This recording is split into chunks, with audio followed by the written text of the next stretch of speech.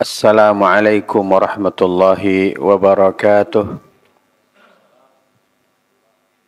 Alhamdulillahi hamdan katsiran tayyiban mubarakan fih kama yuhibbu rabbuna wa yarda. Wa ashhadu an la ilaha illallah wahdahu la syarika lah. Wa ashhadu anna Muhammadan abduhu wa rasuluhu la nabiyya ba'dah.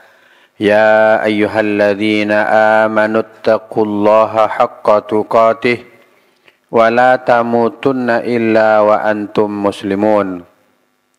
Kaum muslimin dan muslimah yang dimuliakan Allah, alhamdulillah atas izin Allah, atas nikmat dan karunia Allah, kita bertemu kembali di tempat yang mulia ini.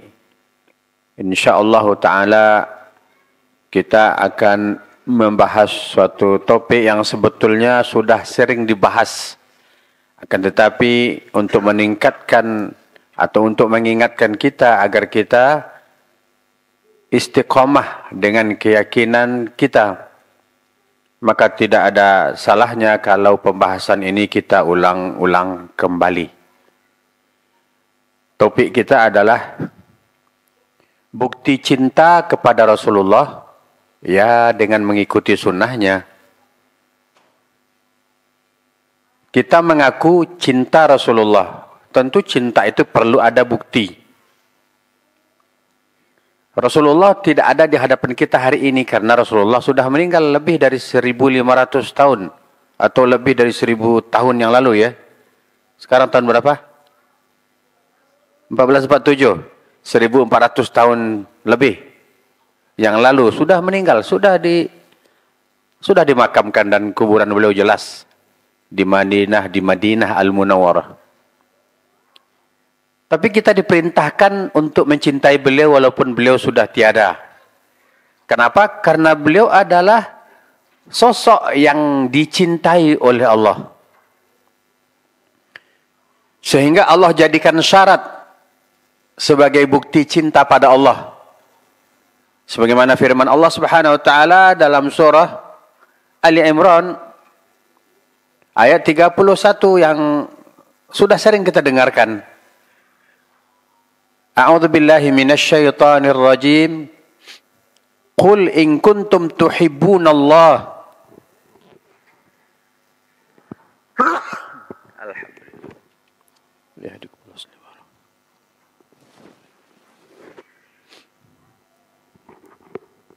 Qul in kuntum tuhibbunallaha fattabi'uni yuhibbukumullah wa yaghfir lakum dzunubakum wallahu ghafurur rahim. Katakanlah, yakni Nabi SAW diperintahkan oleh Allah untuk mengatakan kepada umatnya, jika kamu benar-benar mencintai Allah, maka ikutilah aku. Niscaya Allah akan mengasihimu dan mengampuni dosa-dosamu. Karena apa? Karena Allah Maha Pengampun lagi Maha Penyayang. Jadi Allah memerintahkan kepada hambanya yang mengaku beriman kepadanya, yang mengaku mencintainya, maka ikuti orang yang aku cintai, yakni Muhammad sallallahu alaihi wasallam. Niscaya Allah juga akan sayang kepada kamu.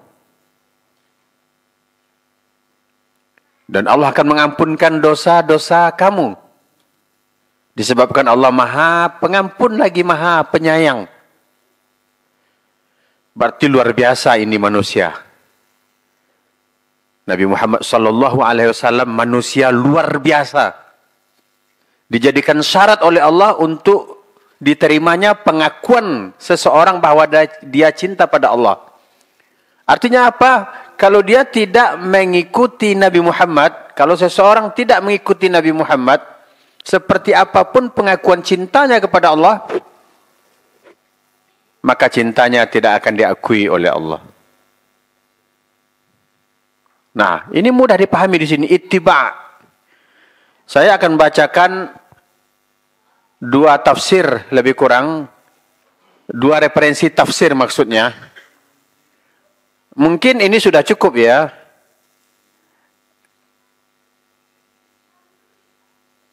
Yang agak lokal dikit. Karena kita mungkin lebih membicarakan kita yang lokal. Indonesia. Ada Hidayatul Insan fi Tafsiril Quran. Oleh Ustadz Marwan Hadidi bin Musa MPDI. Berarti kan sarjana S2 Indonesia. Beliau mengatakan, dalam tafsir Al-Jalalain diterangkan bahwa ayat ini turun berkenaan dengan orang-orang yang menyembah berhala. Ketika mereka mengatakan kami tidak menyembah berhala, kecuali kami menyembah Allah. Kecuali kami hanya menjadikan mereka sebagai perantara. Sebentar.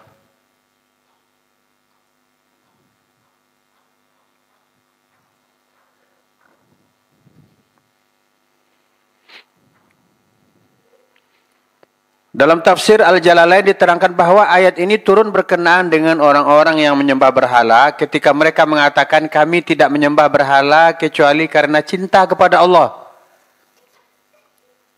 Agar mereka berhala-berhala itu mendekatkan kami kepada Allah. Artinya apa? Mereka menyembah berhala, mereka bukan menyembah berhala tapi menjadikannya perantara. Sebagai bukti cinta mereka kepada Allah. Maka Allah memerintahkan Nabi Muhammad SAW untuk mengatakan kepada mereka apa yang disebutkan di atas, yakni perintah mengikuti Nabi. Kalau memang cinta pada Allah, maka ikuti Nabi. Itu buktinya. Yakni dengan mentauhidkan Allah, yakni dengan hanya menyembah kepada Allah Subhanahu wa taala saja dan meninggalkan sesembahan-sesembahan selain Allah. Kata beliau, ayat ini menerangkan. Ini Ustadz Marwan Hadidi bin Musa MPDI. Ya, beliau mengatakan ayat ini merupakan hakim bagi setiap orang yang mengaku cinta kepada Allah Subhanahu wa taala, namun tidak mengikuti Nabi Muhammad sallallahu alaihi wasallam, tidak mentaati perintahnya, tidak menjauhi larangannya, bahwa pengakuan cintanya adalah dusta. Sampai dia mengikuti Nabi sallallahu alaihi wasallam. Dengan ayat ini ditimbang semua makhluk. Iman dan kecintaan mereka kepada Allah tergantung sejauh mana ittiba'. Mengikut ittiba'nya, yakni tergantung sejauh mana ittiba', yakni mengikutnya mereka kepada Rasulullah sallallahu alaihi wasallam. Apabila sudah mencintai kamu, apabila Allah sudah mencintai kamu, maka dia akan memberikan balasan untukmu. Yakni balasan yang Allah berikan apa? Yaghfir lakum dzunubakum. Balasannya apa? Yuhibbukumullah. Allah juga menyayangi kamu. Wa yaghfir lakum dzunubakum. Dan Allah mengampunkan dosa-dosamu. Lihat besarnya imbalan yang Allah janjikan bagi orang yang mengikuti Rasulullah. Tentu mengikuti itu, kalau kita akan bahas lebih mendalam lagi atau kita baca lagi agar lebih mendalam pemahaman kita, kita baca tafsiran ringkas dari Kementerian Agama Republik Indonesia. Artinya tafsiran menurut Kementerian Agama kita, surah Ali Imran ayat 31. Katakanlah wahai Muhammad kepada mereka yang merasa mencintai Allah, jika kalian mencintai Allah, ikuti aku dengan melaksanakan segala yang Allah perintahkan dan menjauhi segala yang Allah larang, yang disyariatkan melalui aku, yakni melalui Nabi Muhammad sallallahu alaihi wasallam. Juga ditambah dengan melaksanakan sunnah-sunnahku, niscaya Allah akan mencintai kalian dan mengampuni dosa-dosa kalian. Allah Maha Pengampun, Maha Penyayang terhadap siapapun yang mengikuti perintah Rasulnya dan meninggalkan larangannya. Sampai di sini saya rasa cukup jelas tafsiran dari Kementerian Agama Republik Indonesia. Saya katakan tadi, coba kita bahas sedikit versi lokal. Artinya lokal Indonesia, kita sebagai orang Indonesia. Berarti sudah jelas, memang begini tafsirannya. Ya. Yang saya garis bawahi dalam tafsiran Kementerian Agama ini, yakni dengan mengikuti seluruh perintah Allah dan meninggalkan seluruh larangan Allah. Kemudian juga ditambah dengan melaksanakan sunnah-sunnah Rasulullah. Maka niscaya kalian akan diampuni dosa, maka niscaya Allah mencintai kalian dan mengampuni dosa-dosa kalian. Kenapa? Karena Allah Maha Pengampun, Maha Penyayang terhadap siapa saja mengikuti perintah Rasulnya, mengikuti perintah Rasulnya dan meninggalkan larangannya, larangan Rasulnya. Dan ini sebagai bukti kecintaan kepada Allah. Maka katakanlah wahai Muhammad kepada mereka yang telah mencintai Allah, taati Allah dan Rasul, baik dalam perintah maupun dalam larangan. Taat melaksanakan perintah, taat dalam meninggalkan larangan. Sebab itu kalian berpaling dari mentaati Allah dan Rasulnya, sementara kalian mengaku telah mencintainya. Maka ketahuilah bahwa Allah tidak menyukai orang-orang kafir, baik dari segi akidah maupun mereka yang bergelimang dalam kedurhakaan. Ini tafsiran Kementerian Agama Republik Indonesia. Ini bisa kita lihat dalam web tafsirweb.com. Ya. Yang menghimpun berbagai macam tafsir termasuk tafsir lokal. Artinya sampai di sini cukup jelas. Bagaimana seseorang yang mencintai atau mengaku mencintai Rasulullah, atau seseorang yang mengaku mencintai Allah, maka Allah syaratkan dengan mengikuti Rasulullah. Kemudian dalam tafsir Kementerian Agama tadi kita dengar dengan jelas, yakni mengikuti apa yang Allah perintahkan dan meninggalkan apa yang Allah larang, ditambah mengikuti apa yang mengikuti sunnah-sunnah Nabi dan meninggalkan larangan-larangan Nabi. Nah, ini cukup jelas. Jadi jamaah yang dimuliakan oleh Allah Subhanahu wa taala, agar kita lebih mencintai Nabi, mari sekilas kita bahas tentang beliau. Tentu tidak panjang lebar ya, sekilas. Nabi SAW lahir kapan? Kapan? Nah, ikhtalafal ulama fi yaum miladihi. Berbeda pendapat ulama tentang hari atau tanggal kelahiran beliau. Menurut hasil dari yang saya teliti atau cari tahu, ada sekitar 8 perbedaan pendapat tentang tanggal atau tanggal pasti atau tanggal yang mereka tahu atau mereka catat tentang kelahiran Nabi. Artinya apa? Tidak sepakat. Tapi tahunnya sepakat. Yakni tahun apa? Tahun gajah. Tapi mereka sepakat tanggal wafatnya Rasulullah. Tanggal berapa? 12 Rabiul Awal. Jadi sepakat para ulama tanggal wafatnya Rasulullah 12 Rabiul Awal. Berbeda pendapat para ulama tentang tanggal kelahiran Rasulullah. Tapi sepakat bahwa beliau lahir pada tahun gajah. Ini tentu mengandung banyak pelajaran dan menggelitik sedikit pemahaman kita. Gitu. Jika kita kembalikan kepada apa yang Allah firmankan, bahwa syarat diterimanya pengakuan cinta kita kepada Allah adalah dengan mengikuti Rasulullah, maka kita hendaklah fokus kepada mengikuti apa yang Rasul perintahkan, apa yang Rasul ajarkan, dan fokus pada meninggalkan apa yang Rasul larang. Rasul semenjak dilahirkan tentu sudah luar biasa. Banyak keajaiban-keajaiban terjadi. Baik pada orang yang merawat atau mengurus beliau. Atau kepada orang yang menolong beliau. Atau kepada orang yang beliau tolong. Banyak sekali terjadi keajaiban-keajaiban. Kita akan mengungkap dulu kehebatan dan kemuliaan Rasulullah Muhammad sallallahu alaihi wasallam. Agar cinta kita kepada beliau semakin lengket. agar jauh dari diri kita cinta palsu terhadap beliau.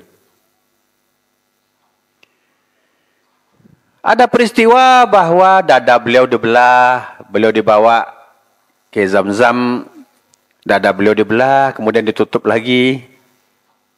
Ya. Singkat cerita, akhirnya beliau diangkat menjadi Rasul. Dan rentang waktu yang begitu lama sampai umur 40 tahun, banyak keajaiban-keajaiban dan keistimewaan-keistimewaan yang terlihat pada diri beliau. Kalau memang mau jadi orang hebat, dari awal sudah mulai kelihatan. Jadi jangan ambil contoh kalau mau jadi tikus sudah kelihatan dari ujungnya. Jangan, itu nggak bagus membuat contoh seperti itu ya. Masa disamakan dengan tikus gitu. Rasulullah, tanda beliau adalah orang hebat, orang mulia dari awal. Bahkan dari kelahirannya sudah sangat istimewa.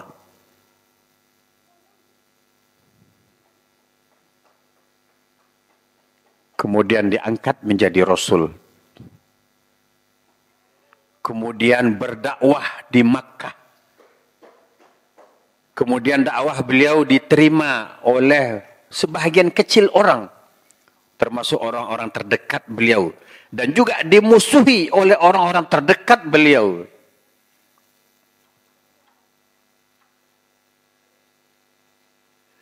Dan beliau pertama punya istri wanita salihah, kaya raya. Ya, sebelum menerima dakwah Nabi, memang sudah kelihatan sebagai wanita solehah. Kenapa? Karena beliau juga dikenal dengan Afifah Khadijah radhiyallahu anha. Walaupun seorang wanita cantik, Masya Allah. Walaupun seorang wanita kaya raya, tapi mempunyai kehormatan diri yang luar biasa. Tidak ada saksi yang mengatakan, tidak ada orang yang memberi penilaian buruk terhadap beliau. Bahwa beliau walaupun kaya raya dan cantik, tidak disentuh oleh laki-laki yang bukan mahramnya. Berjodoh dengan orang yang mulia. Orang yang kaya raya. Sekaligus sangat dermawan. Dan terbukti kekayaannya digunakan untuk mendukung perjuangan Rasulullah menegakkan agama.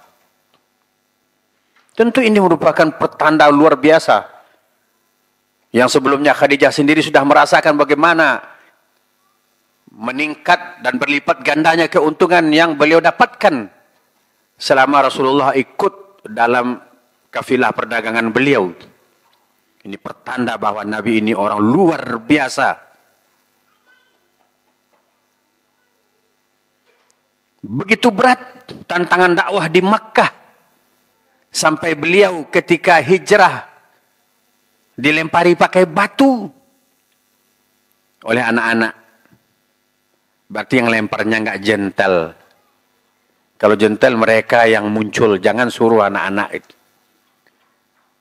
Nah, ini luar biasa pedihnya sebetulnya. Orang gentlenya, orang nggak gentlenya sembunyi. Anak-anak yang disuruh.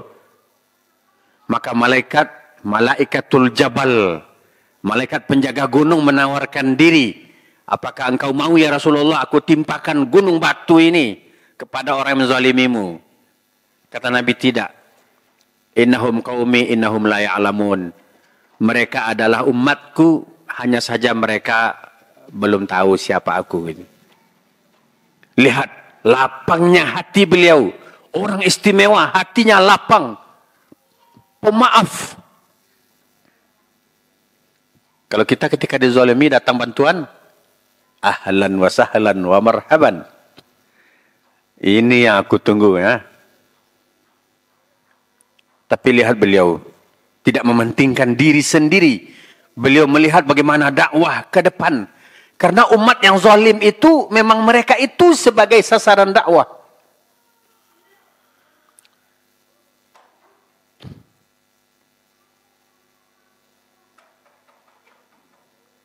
Jadi kalau mengaku mencintai Nabi, kata Nabi, sabarlah terhadap penguasa walaupun penguasa itu ngambil harta kamu.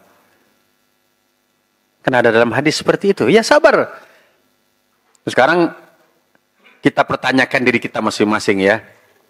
Ketika kita merasa hak kita diambil oleh negara, apa yang kita lakukan? Melawan atau sabar? Sabar. Kan Nabi nyuruh sabar. Nah, buktikan kita mencintai Nabi Sallallahu Alaihi Wasallam. Kita tidak berharap terjadi kekacauan di negeri ini, karena akibatnya jauh lebih buruk dari apa yang kita tuntut. Doakan saja kebaikan. Kebaikan untuk para pemimpin. Mana tahu salah seorang di antara kita doanya didengar oleh Allah. Enggak perlu banyak-banyak, satu saja doanya didengar oleh Allah sudah cukup. Bahkan lebih dari cukup itu. Jangan katakan percuma. Karena bisa jadi orang yang tampilannya biasa di antara kita, tapi di mata Allah dialah waliullah, orang yang dekat dengan Allah. Maka berdoalah untuk kebaikan bangsa kita. Nabi ditawarkan oleh malaikat untuk ditimpakan gunung batu. Kata Nabi, enggak. Mereka umatku, hanya mereka belum tahu siapa aku.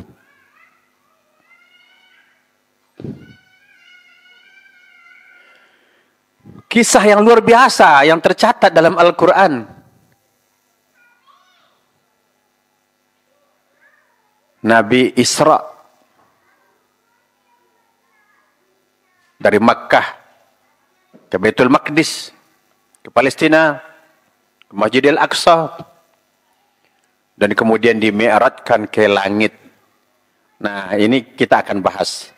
Kita akan bahas perkataan Imam Ibnu Mas'ud radhiyallahu anhu. Sebelumnya saya ingin bertanya dulu,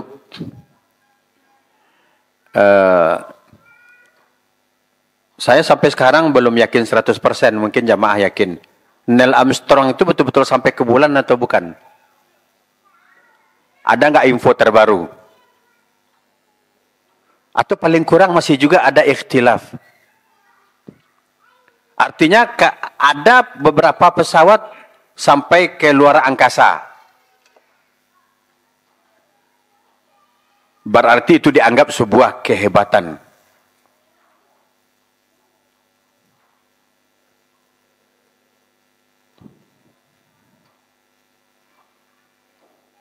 Nabi dimi'rajkan oleh Allah sampai ke langit ke-7. Ayo kita sedikit merenung. Juga mungkin menghitung kalau bisa.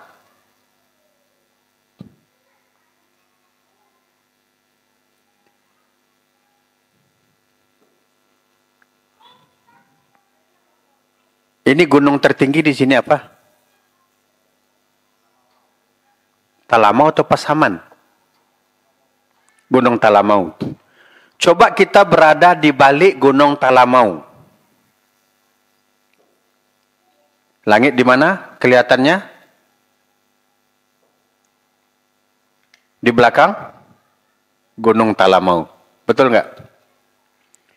Kalau kita sedang berada di kota Padang, melihat ke arah utara, maka akan kelihatan Gunung Merapi atau Gunung Singgalang, maka langit adalah di belakang Gunung Talang. Coba kita teruskan naik ke puncak Gunung Merapi atau Gunung Singgalang. Coba kita teruskan perjalanan kita ke atas Gunung Merapi. Kemudian kita melihat terserah kemana saja. Melihatlah ke arah barat, nampaklah laut Samudra India. Maka kita akan berkata, ternyata tepi langit di ujung Samudra India. Tempuhlah sampai ke sana. Samudra India nanti ketemu dengan benua Afrika. Itu baru Afrika di pinggir Laut Merah. Maka ketika kita sampai di pinggir Laut Merah, ternyata ada bukit. Kita lihat langit, ternyata di balik itu. Naiklah ke bukit itu. Ternyata langit itu di Maghribi, di Maroko. Karena nampak pula bukit atau gunung di Maroko, maka langit di balik itu.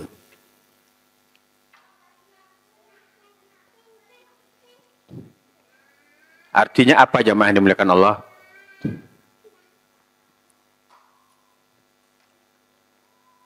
Ternyata langit itu besar. Di samping dia besar, langit itu tinggi. Ini bahasa kita kan loteng. Istilah lainnya, langit-langit. Bahasa canggihnya, plafon. Artinya yang tinggi, langit-langit. Nah, dan langit asli itu, luar biasa tingginya.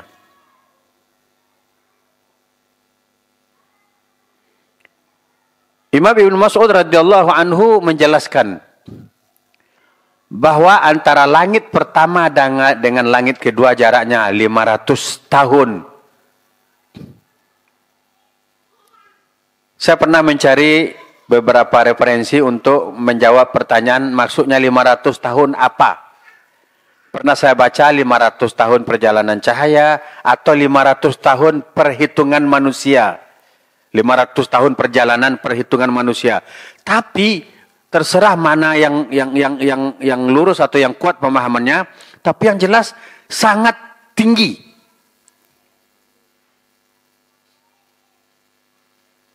Terakhir saya lihat penjelasan Syekh Al-Khamis ya.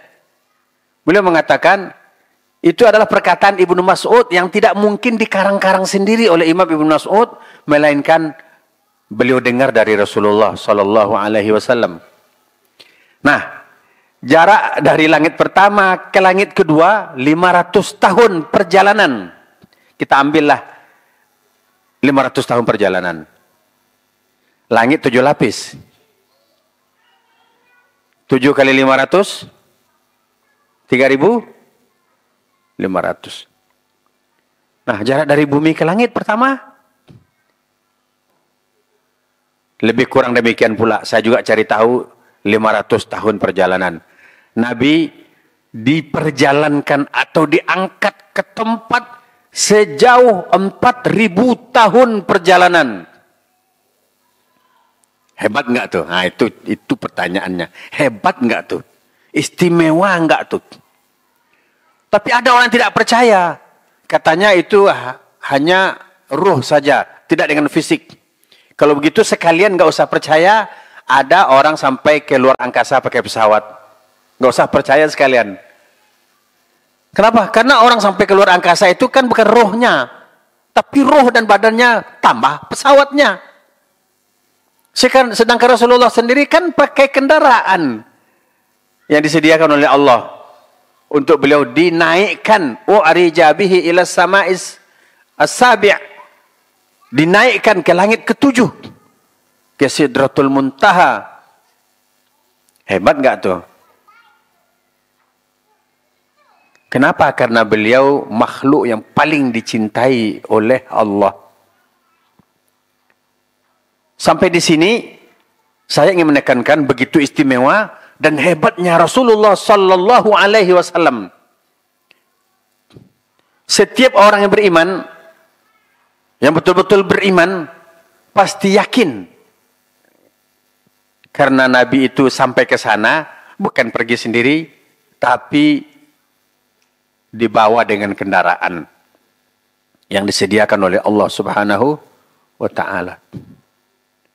Dan peristiwa itu dibenarkan oleh orang yang selama ini sudah dianggap jujur. Bukan dianggap lagi. Oleh orang yang diyakini jujur. Siapa? Abu Bakar As-Siddiq radhiyallahu anhu. Dibenarkan peristiwa itu. Itu diantara sekian keistimewaan. Di antara sekian kelebihan yang beliau miliki. Maka Allah mempertegas lagi, jangan kalian ngaku mencintai aku, kata Allah, melainkan ikutilah Muhammad itu. Atau jika kalian mengaku mencintai aku, mencintai Allah, maka ikutilah Muhammad itu, baru aku mencintaimu. Baru aku ampunkan dosa-dosamu.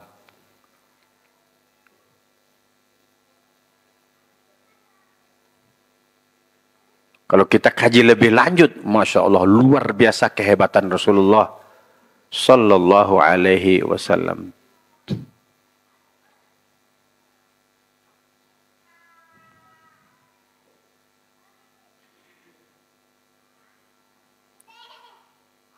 Kalau begitu, kalau merupakan syarat pengakuan cinta kita kepada Allah adalah dengan mengikuti Rasulullah, maka kita juga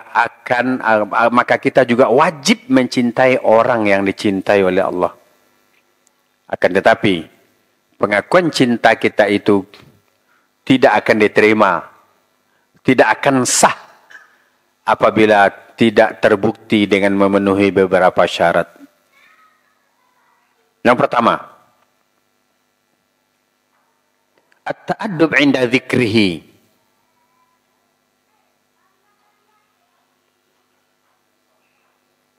Ada adab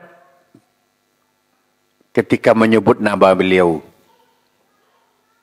Dengan menyebut Nabiullah Muhammad, Nabi Muhammad, atau Rasulullah Sallallahu Alaihi Wasallam. Tapi orang-orang kafir ketika itu, dia memanggil Nabi dengan apa? Langsung dengan sebutan, Ya Muhammad, Hai Muhammad. Tapi kita dengan menyebutnya Nabiullah Muhammad, Rasulullah Muhammad, dengan adab.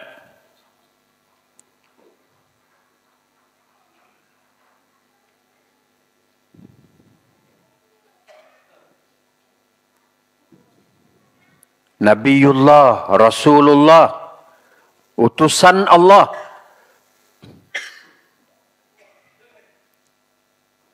Dan memperbanyak berzikir ketika nama beliau disebut. Ketika seperti ini saya mengatakan Rasulullah Sallallahu Alaihi Wasallam, maka kita yang mendengarkan ikuti pula. Salah seorang ustadz kita yang kuliah dahulu di di Universitas Islam Madinah, beliau mengambil kuliah hadis. Ketika ditanya, ada seorang bertanya kenapa ngambil kuliah itu, salah satu jawabannya beliau ingin banyak berselawat kepada Nabi. Karena di fakultas hadis, beliau mengambil fakultas hadis, jurusan fakultas hadis, harus menghafal, kalau tidak salah, 1000 hadis minimal.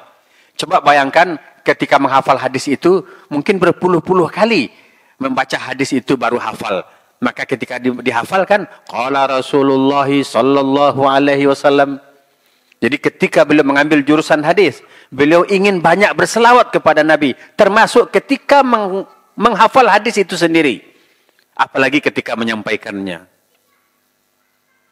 Jadi bukti cinta kita kepada Nabi Sallallahu Alaihi Wasallam dengan menyebut beliau dengan nama yang mulia, dengan menyebutkan dengan ungkapan Nabiullah, Rasulullah. Kalaupun menyebut nama Nabi Muhammad, Rasulullah Muhammad, atau Muhammad Rasulullah.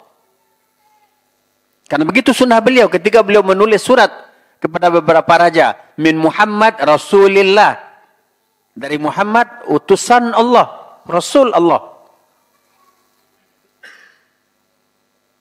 Udah azan? Sampai di sini dulu kita, sholat isya dulu. Yang kedua semakin menarik insyaAllah. Dan seterusnya. Semoga Allah Subhanahu Wa Taala menerima pengakuan cinta kepadanya dengan mengikuti Rasul yang dia cintai. Sallallahu Alaihi Wasallam. Walhamdulillahirabbil alamin. Wassalamualaikum warahmatullahi wabarakatuh. Bismillahirrahmanirrahim. Assalamualaikum warahmatullahi wabarakatuh. Alhamdulillahi rabbil alamin. Wassalatu wassalamu ala nabiyyina Muhammadin wa ala alihi wa ashabihi wa man tabi'ahum bi ihsanin ila yaumiddin. Ashhadu an la ilaha illallah wahdahu la syarikalah. Wa ashhadu anna Muhammadan abduhu wa rasuluhu la nabiyya ba'dah. Ya ayyuhalladzina amanu taqullaha haqqa tuqatih wa la tamutunna illa wa antum muslimun. Kita teruskan. Disebabkan Nabi Muhammad adalah makhluk yang paling dicintai oleh Allah Subhanahu wa taala, maka ketika menyebut nama beliau juga kita sandarkan kepada nama Allah yang mulia, Nabiullah, Rasulullah, Muhammad Nabiullah atau Nabi Muhammad Rasulullah.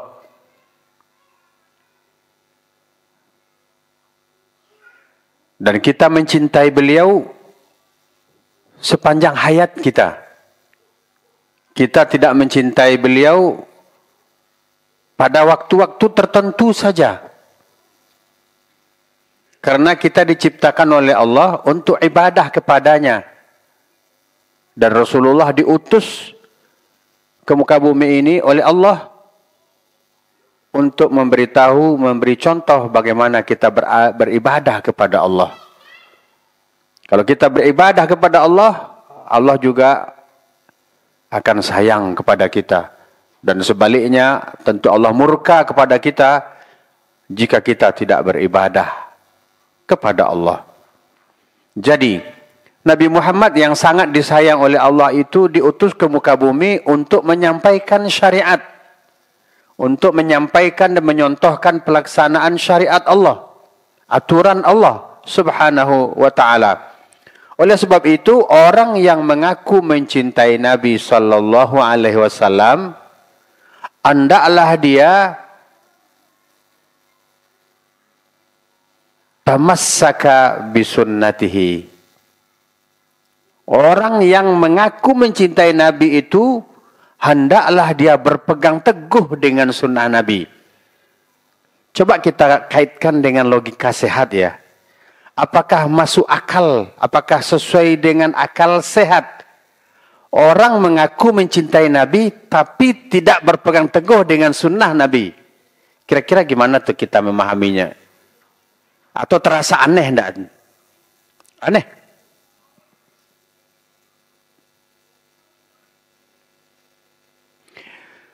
Seorang anak mengatakan dia sayang sama ayahnya.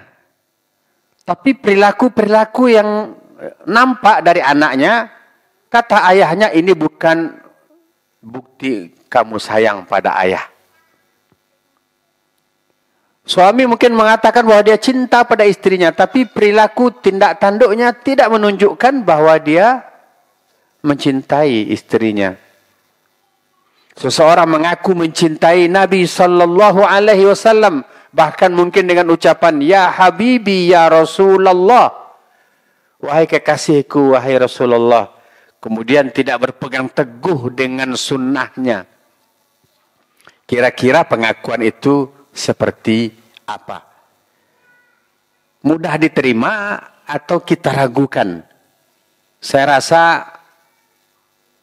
tidak bisa diterima oleh akal sehat kalau orang mengaku mencintai Nabi tapi tidak berpegang teguh dengan sunnahnya.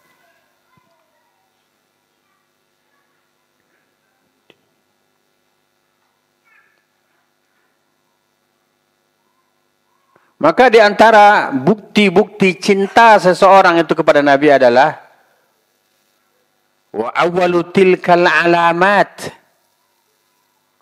dan tanda yang paling pertama, ciri paling pertama seseorang mencintai Nabi itu adalah at-tamassuk bisunnatihi, berpegang teguh dengan sunnahnya.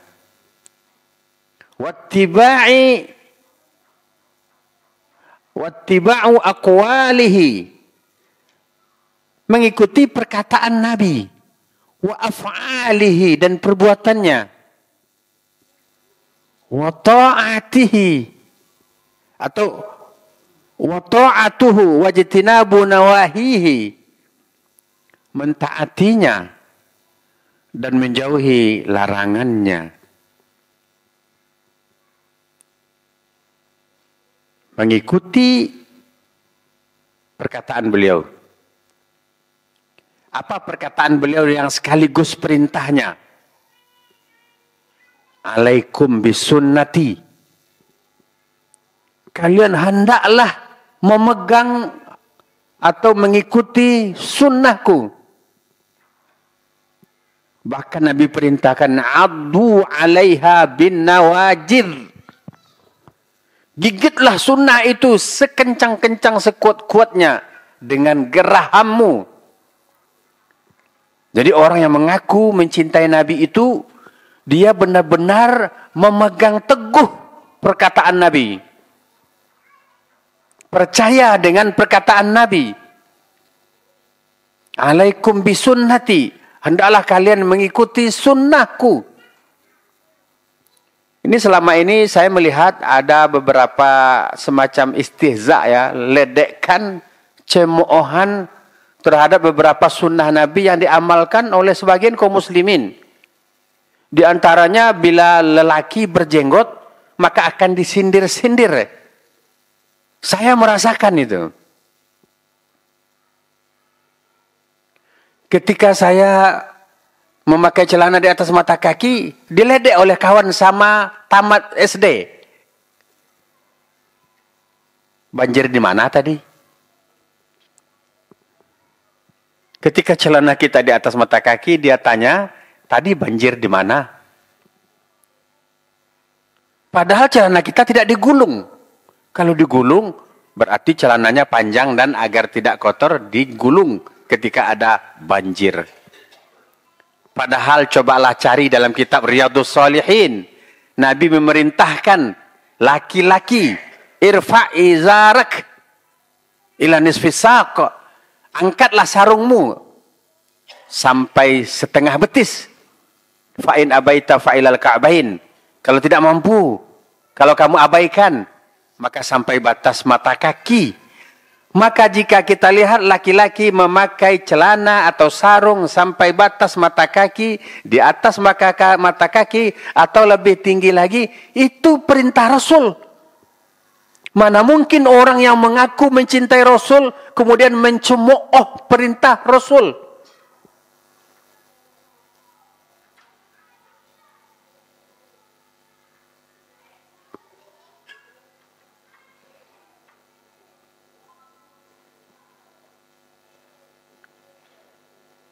Alhamdulillah, sebagian besar kita memelihara jenggot dan tumbuh jenggotnya. Yang tidak tumbuh jangan diobati agar tumbuh. Atau kalau ada satu pun rawat. Karena begitu perintah Nabi, u'ful liha. Pelihara jenggot itu. Saya pengalaman pribadi saya mau masuk suatu negara di luar negeri, saya ditahan. Ketika saya ceritakan kepada kawan-kawan, itu karena Ustadz berjenggot katanya. Oh salah. Jenggot saya seperti ini. Yang nunggu saya di luar yang akan menjemput saya jenggotnya sampai sini. Dan itu warga negara setempat. Bukan karena itu. Akan ada pemimpin negara lain masuk ke negara itu. Bukan satu. 2 orang pemimpin negara lain akan ada acara di negara itu. Maka setiap tamu yang masuk diperketat pemeriksaan. Dan saya maklum. Jadi bukan karena ini. Tapi sebagian orang a priori. Benar-benar anti. Bahkan sejarah mencatat. Bagaimana Kiai Haji Agus Salim ketika beliau berpidato. Ada yang membebek. Kata beliau, saya kira ruangan ini untuk orang, maka kambing silahkan keluar. Sudah terjadi memang sejak dahulu. Hari ini juga. Pada dasarnya kita laki-laki ini memang ada beda secara biologi. Kita berkumis, berjambang, dan berjenggot. Hanya saja sebahagian kita dia pelihara, sebahagian dia cukur. Tapi kata yang sering mencukur, kalau sering dicukur, makanya dia kayak tusuk sate. Artinya apa? Karena sering dicukur, kalaupun dia tumbuh kembali, dia kasar gitu.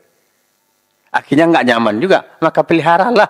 Nih saya contohnya nih, saya kalau mandi tidak lupa ngasih sampo jenggot saya. Biar dia ikut lembut seperti rambut kita gitu. Yang tidak tumbuh, memang aslinya tidak tumbuh. Ya sudah, jangan dikasih sesuatu obat untuk menumbuhkannya. Ya. Cuman yang kita garis bawahi adalah kalau ada saudara kita berjenggot, berarti dia paham dengan perintah Nabi dan dia melakukan perintah Nabi. Kalau sebahagian belum, mungkin ada alasan yang memaksa dia untuk tidak memelihara jenggot. Mungkin ada alasan tersendiri, belum mampu, atau mungkin aturan. Tapi jangan sampai kita ledek. Karena ini perintah Nabi. Saya melihat foto seorang polisi Inggris, video bahkan. Masya Allah, seorang polisi Inggris dengan pangkat di bahunya, tapi jenggotnya segini.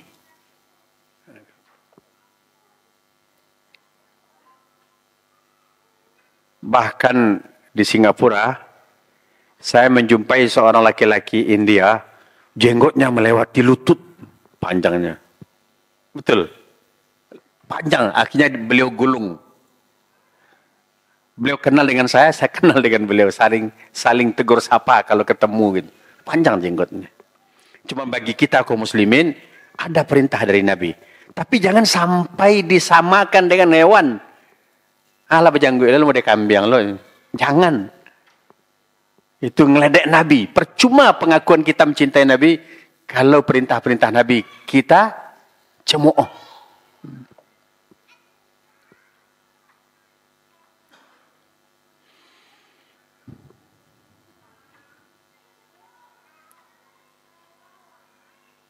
Bukti cinta kita kepada beliau, kita percayai perkataan beliau. Kita contoh perilaku beliau. Nabi itu adabnya tinggi, luar biasa. Nabi itu mengucapkan salam. Tentu salam yang sesuai syariat, mengucapkan assalamualaikum kepada kaum muslimin. Tapi hari ini saya menjumpai sebahagian kaum muslimin, apa yang disebut dengan istilah la salam wala kalam. Enggak mau dia mengucapkan salam, bahkan ketika kita ucapkan salam, dia enggak jawab gitu. Betul. Saya pernah merasakan dan berjumpa dengan kejadian seperti itu. Maka mari kita contoh sunnah Rasulullah. Karena beliau memerintahkan afsyus salam. Kan tidak ada beliau katakan afsyus salam liman tuhibbun. Wala tafsyus salam liman la tuhibbun. Atau liman lam tuhibbun. Liman lam tuhibbu ya. Ucapkanlah salam khusus kepada orang yang engkau sukai. Jangan ucapkan salam kepada orang yang tidak kamu sukai. Kan gak ada begitu. Tapi secara umum, afsyus salam. Ucapkanlah salam. Tebarkan salam.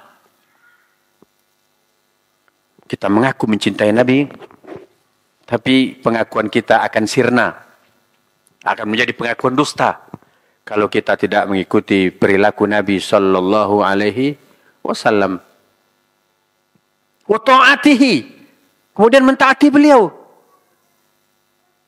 Karena dalam surah An-Nisa, wa may yuti'ir rasul faqad ata'a Allah. Siapa yang mentaati Rasul, sungguh ia telah mentaati Allah. Karena saya pernah mengalami begini.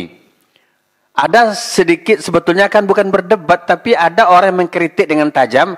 Kalau imam sholatnya, baca fatihahnya, tidak baca bismillah, maka sholatnya batal. Maka diulang sholat. Batal sholat di belakang imam yang tidak baca bismillah. Ketika itu saya jelaskan, bukan tidak baca bismillah. Tapi ada hadisnya bahwa Nabi mensirkan bacaan bismillah. Ada juga menjaharkannya. Artinya kedua-duanya ada dalilnya. Tapi kalau kita baca dalam kitab, terutama saya baca dalam Zadul Ma'ad, Nabi lebih banyak mensirkannya. Jadi bukan tidak dibaca, tapi ada yang dikeraskan, ada yang dilembutkan.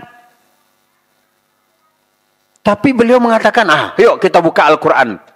Lihat ini, Al-Fatihah saja, angka 1 dari ayatnya, Bismillahirrahmanirrahim, baru angka 1. Kemudian kata beliau, mana yang lebih kuat Quran daripada hadis? Nggak boleh kita pertentangkan seperti itu. Sampai mengatakan seakan-akan Nabi ini tidak menjalankan syariat Allah. Allah turunkan Al-Fatihah. Mungkin pendapat yang kita pegang 7 ayat dengan Bismillah. Rasul baca semuanya. Bahkan dalam sifat salat Nabi yang ditulis oleh Syekh Ibnu Bas, beliau di situ mengawalinya sifat salat Nabi kalau baca Al-Fatihah, A'udzubillahi minasyaitonirrajim. Bismillahirrahmanirrahim. Kemudian dijaharkan dari Alhamdulillahirabbil alamin. Bahkan baca A'udzubillah. Jangan dikatakan tidak baca Bismillah, A'udzubillah saja dibaca. Jadi kita taati Nabi, kita contoh Nabi. Jadi jangan lagi sampai terjadi perbedaan. Kalau ada imam tidak menjaharkan Bismillah, wah ini nggak sah sholatnya. Kemudian sampai kita ulang. Padahal kita mengaku mencintai Nabi. Kemudian wajtinabu nawahihi. Bukti mencintai Nabi itu menjauhi larangannya. Apa larangan Nabi? Tadi suruhan Nabi, perintah Nabi, alaikum bisunnati. Dan perintah-perintah yang lain. Larangan Nabi apa? Wa iyyakum wa muhdatsatil umur. Ini larangan keras. Awas. Jangan buat urusan baru dalam agama. Ini larangan keras dari Nabi. Kemudian Nabi memperjelas.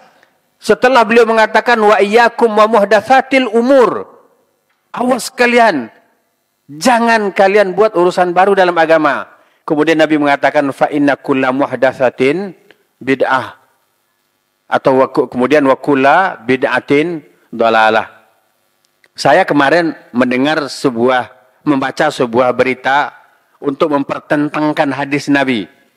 Menurut Ustadz itu ya sampai wa kullu bid'atin dhalalah kata Nabi, enggak ada Nabi katakan wa kullu dhalalatin finnar. Oke, kita berhenti pada kalimat itu. Wa kullu bid'atin dhalalah. Setiap bid'ah sesat. Yang mengatakan sesat itu Nabi atau sahabat? Nabi. Kalau kita cemooh, bahasa siapa yang kita cemooh? Bahasa Nabi. Hati-hati. Nabi memperingatkan dengan keras, awas, jangan lakukan, jangan buat hal-hal baru dalam agama. Artinya jangan renovasi, jangan inovasi. Jangan datangkan hal yang baru, jangan rubah-rubah.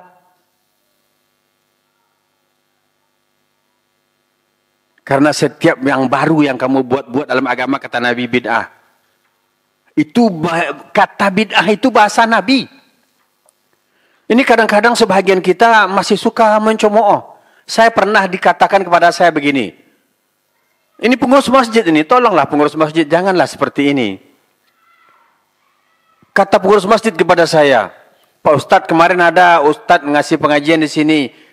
Kajiannya bid'ah dolalah melulu Ustadz katanya. Kemudian saya katakan, saya rasa nggak begitu Pak, nggak melulu Pak. Paling mukaddimah Pak, karena itu pun khutbatul hajah, mukaddimah, ceramahnya Rasulullah. Memang begitu Pak.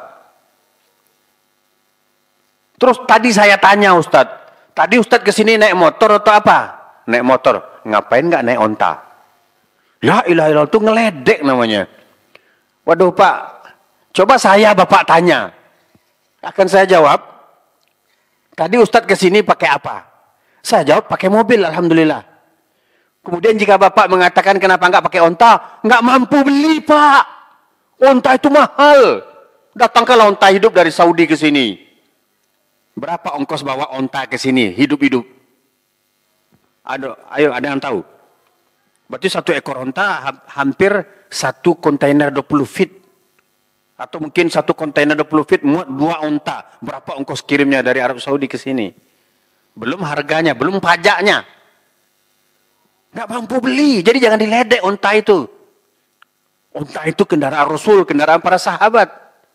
Kita di sini mampunya beli motor, beli mobil, itu pun kredit.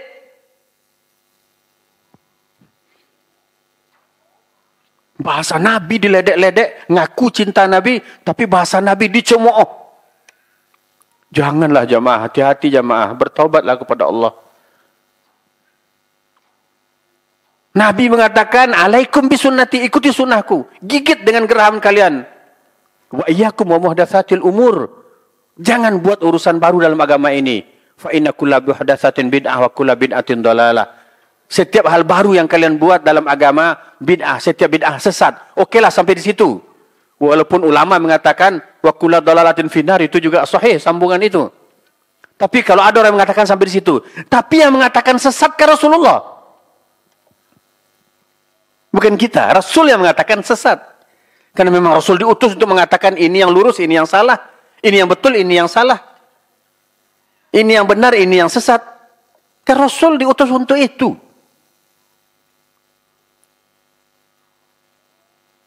Jadi bukti cinta kepada Nabi, percaya dengan ucapan beliau.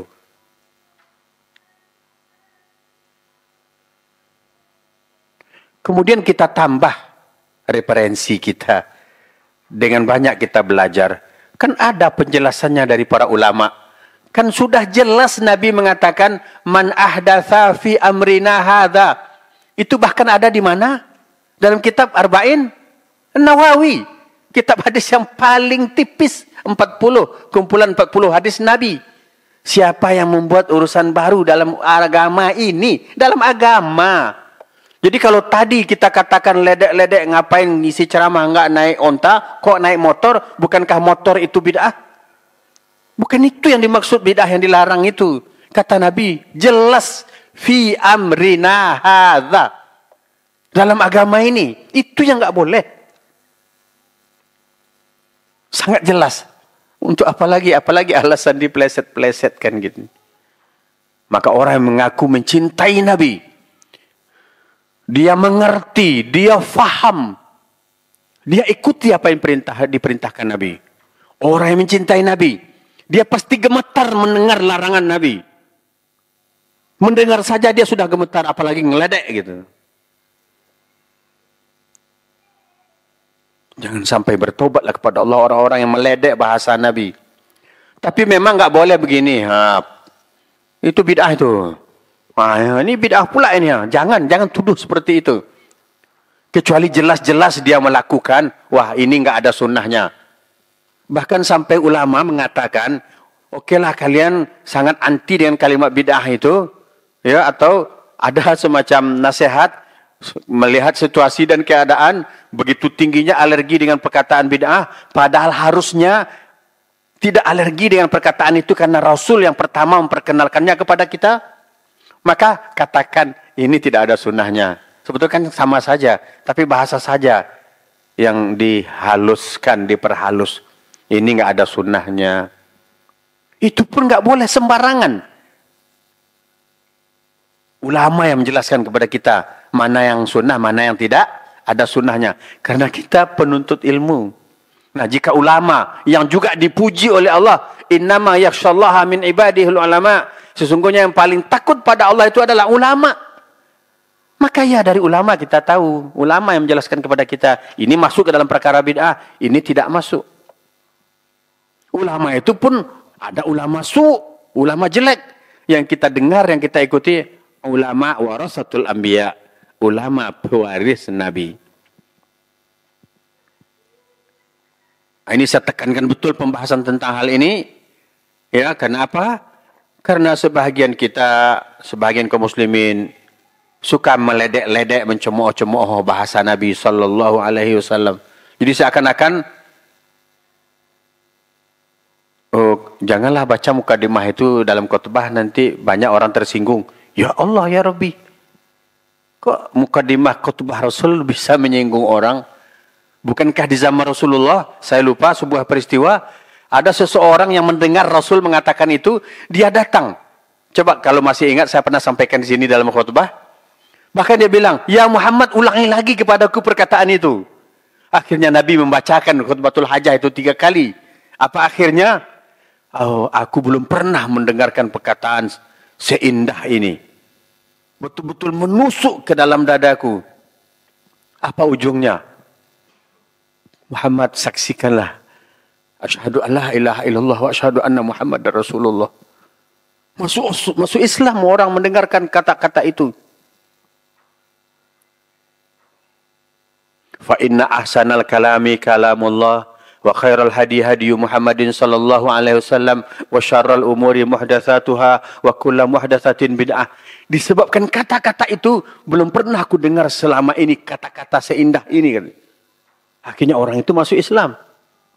Kita justru kalau ada khatib yang membaca itu mungkin begini jemaah. Ustaz apa ini?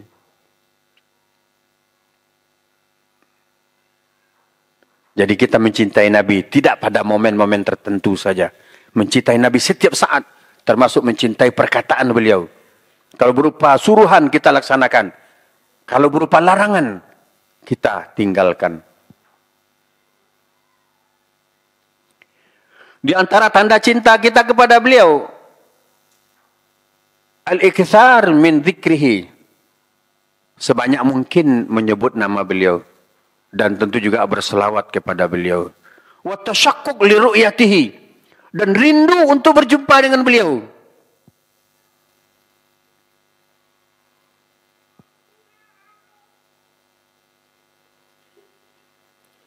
Ketika kita sering menyebut nama beliau dan berselawat kepada beliau, maka akan tinggi rindu dan kangen kita pada beliau. Tentu tidak sekedar menyebut, tapi juga dengan melaksanakan sunnah-sunnah beliau.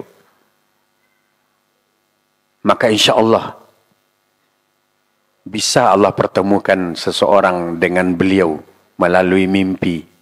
Tapi ingat, mimpinya bukan bayangan, kemudian ada tulisan Muhammad ya.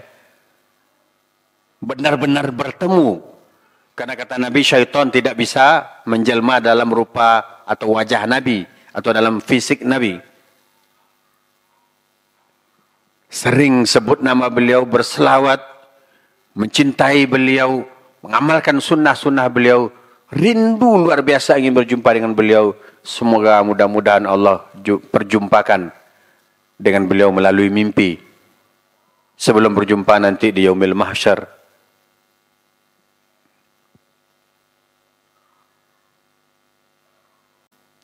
Wa min alamati mahabbatihi sallallahu alaihi wasallam athana'u alaihi, yakni memuliakan beliau. Jangan sampai meremehkan beliau, memuji beliau. Kita sebut kehebatan-kehebatan beliau, keistimewaan-keistimewaan beliau. Dan paling besar sebutan itu adalah Rasulullah, Nabiullah sallallahu alaihi wa alihi wasallam.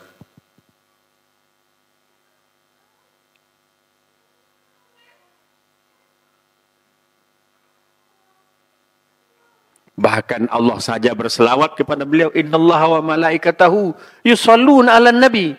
Sesungguhnya Allah dan para malaikatnya berselawat terhadap Nabi. Ya ayyuhalladzina amanu sallu alaihi wa sallimu taslima. Maka seringlah kita mengucapkan salawat Allahumma salli ala Muhammad. Dan di antara sunnah di hari Jumat, memperbanyak salawat kepada Nabi sallallahu alaihi wasallam. Kata Nabi, al-bakhilu man dzukirtu indahu lam yusalli alayya.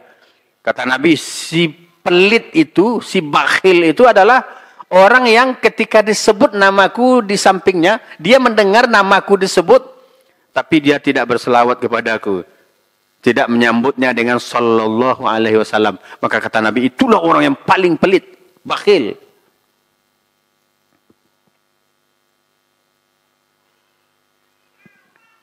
Kemudian wattahakum ila sunnatihi. Berhukum dengan sunnahnya. Sebagaimana firman Allah, "Fala wa rabbuka la yu'minuna hatta yuhakkimuka fi ma shajara bainahum, thumma la yajidu fi anfusihim harajan mimma qadaita wa yusallimu taslima." Maka demi Allah ya, tidaklah seorang itu beriman kecuali dia menjadikan engkau sebagai hakim, pemutus perkara di antara mereka. Dan mereka tidak menjumpai sedikit pun halangan untuk menerima keputusan Nabi. Dan mereka menerima dengan tulus keputusan itu. Itu kalau di zaman Nabi langsung. Kalau sekarang ada perbedaan di antara kita. Oh ini sunnah Nabi, ini hadisnya. Oh iya ya. Alhamdulillah ternyata ada hadisnya. Jangan kita katakan, oh ya ini hadis memang. Ah ya ini ayat memang. Tapi di kampung kita nggak bisa dipakai ini. Saya dengar langsung ada orang berkata seperti itu. Ya memang hadis begitu, ayat memang begitu. Kita beriman, kita yakin, nggak kita bantah. Tapi di kampung kita nggak bisa kita terima. Nggak bisa kita amalkan. Jadi bagaimana? Bagaimana kebenaran dari pengakuan kita? Kalau begitu jadinya, kalau begitu buktinya. Ya. Jadi berhukum menjadikan sunnah Nabi sebagai hakim, pemutus perkara.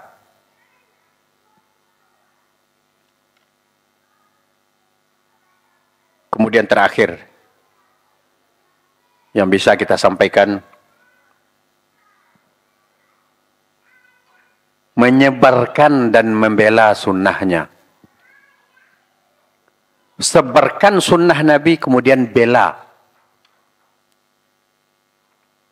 Saya awali dengan membela. Tentu, terutama sunnah-sunnah Nabi yang sudah kita usahakan untuk kita amalkan. Ketika kita dilarang mengamalkan sunnah Nabi pada diri kita, kecuali dalam keadaan sangat terpaksa, maka kita akan bertahan melaksanakan sunnah itu. Maka sekali lagi saya katakan, kecuali dalam keadaan sangat terpaksa, maka itu bukan lagi kehendak kita dan kemauan kita. Namanya juga terpaksa. Tapi berusahalah semaksimal mungkin membelanya. Artinya apa? Jangan kita ikut tersenyum ketika sunnah Nabi diledek gitu. Minimal penuh dadanya, penuh rasanya dada kita dengan penolakan. Kalau kita merasa kita tidak bisa memberikan bantahan atau mungkin perlawanan, maka bantah dan lawan dengan hati kita. Karena kita sadar akan kelemahan dan kemampuan. Tapi semaksimal mungkin jelaskan dengan bahasa kita. Janganlah begitu Pak. Ini sunnah Nabi Pak. Dosa Pak. Bahkan katakan dengan bahasa kita yang kita pahami dari hadis Nabi. Dahulu ada orang yang disuruh oleh Nabi makan dan minum pakai tangan kanan. Karena setan makan dan minum pakai tangan kiri. Ketika dikatakan nggak bisa. Padahal bisa. Akhirnya memang nggak bisa selamanya. Gitu. Kalau bahasa sekarang apa? Kualat ya. Ada peringatan Nabi, kamu kalau bangun tidur, jangan langsung masukkan tanganmu ke dalam wadah yang berisi air. Cuci dulu. Karena kamu nggak tahu di mana tanganmu itu tidur tadi malam. Tangan-tangan aku, tahulah aku di mana tanganku tidur. Ternyata ketika dia bangun, tangannya sudah berada di lubang duburnya. Diledek sunnah Nabi, dibayar kontan istilahnya ini. Maka kita peringatkan orang-orang yang ledek-ledek sunnah Nabi sebagai bentuk pembelaan. Jangan Pak, takutlah kepada Allah Pak. Jangan Pak, cepat atau lambat nanti akan terbukti Pak. Karena yang Bapak hina itu kekasih Allah.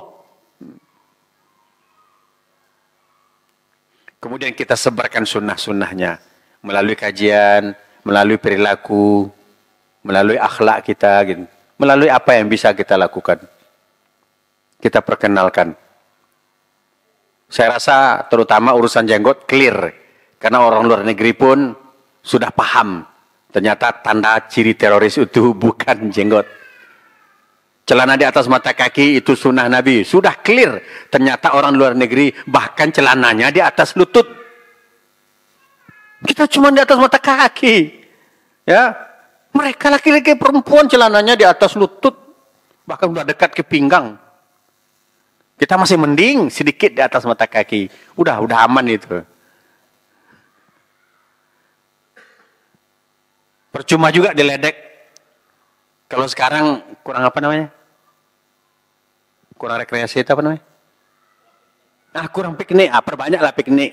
Saksikan orang lain. Alhamdulillah. Ternyata mereka lebih dari kita gitu.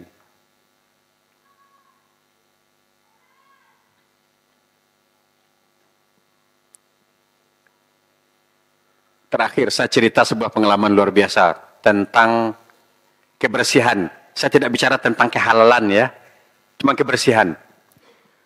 Saya melihat di luar negeri seorang laki-laki sedang membawa anjingnya yang terikat, tapi di tangannya ada kertas. Saya tanya, Pak Cik, kenapa orang itu bawa kertas? Itu untuk bersihkan kotoran anjingnya.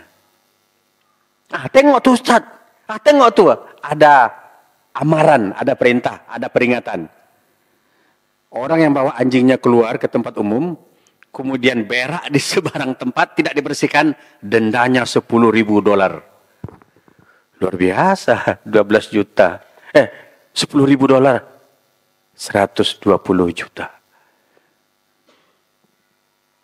Kalau di kita, la ilaha illallah, kadang dibawa ternaknya malam-malam, di depan rumah kita udah bersihkan tanaman kita, dikasih pupuk tambahan yang tidak nyambung. Kenapa orang seperti mereka, dan mereka saya lihat bukan seorang muslim, bisa menerapkan akhlak seperti ini? Kenapa di kita tidak? Maka ikuti sunnah Nabi, jaga kebersihan. At-tahuru syatrul iman. Kebersihan itu sebahagian dari iman. Yuk kita buktikan cinta kita kepada Nabi dengan melaksanakan sunnah-sunnahnya. Jangan ledek sunnah Nabi. Berarti kita meledek perilaku, meledek perkataan orang yang sangat dicintai oleh Allah. Hati-hati akan kemurkaan Allah Subhanahu wa taala. Lain cerita kalau belum mampu, diamlah. Jangan arahkan, jangan salurkan melalui cemooh dan ledekkan. Semoga kita menjadi hamba-hamba yang jujur dengan pengakuan. Ketika kita mengaku, ya Habibi, ya Rasulullah, kita adalah orang yang berpegang teguh kepada sunnah-sunnah Rasulullah sallallahu alaihi wasallam. Demikian, subhanakallahumma bihamdika, asyhadu an la ilaha illa anta astaghfiruka wa atubu ilaik. Walhamdulillahi rabbil alamin. Wassalamualaikum warahmatullahi wabarakatuh.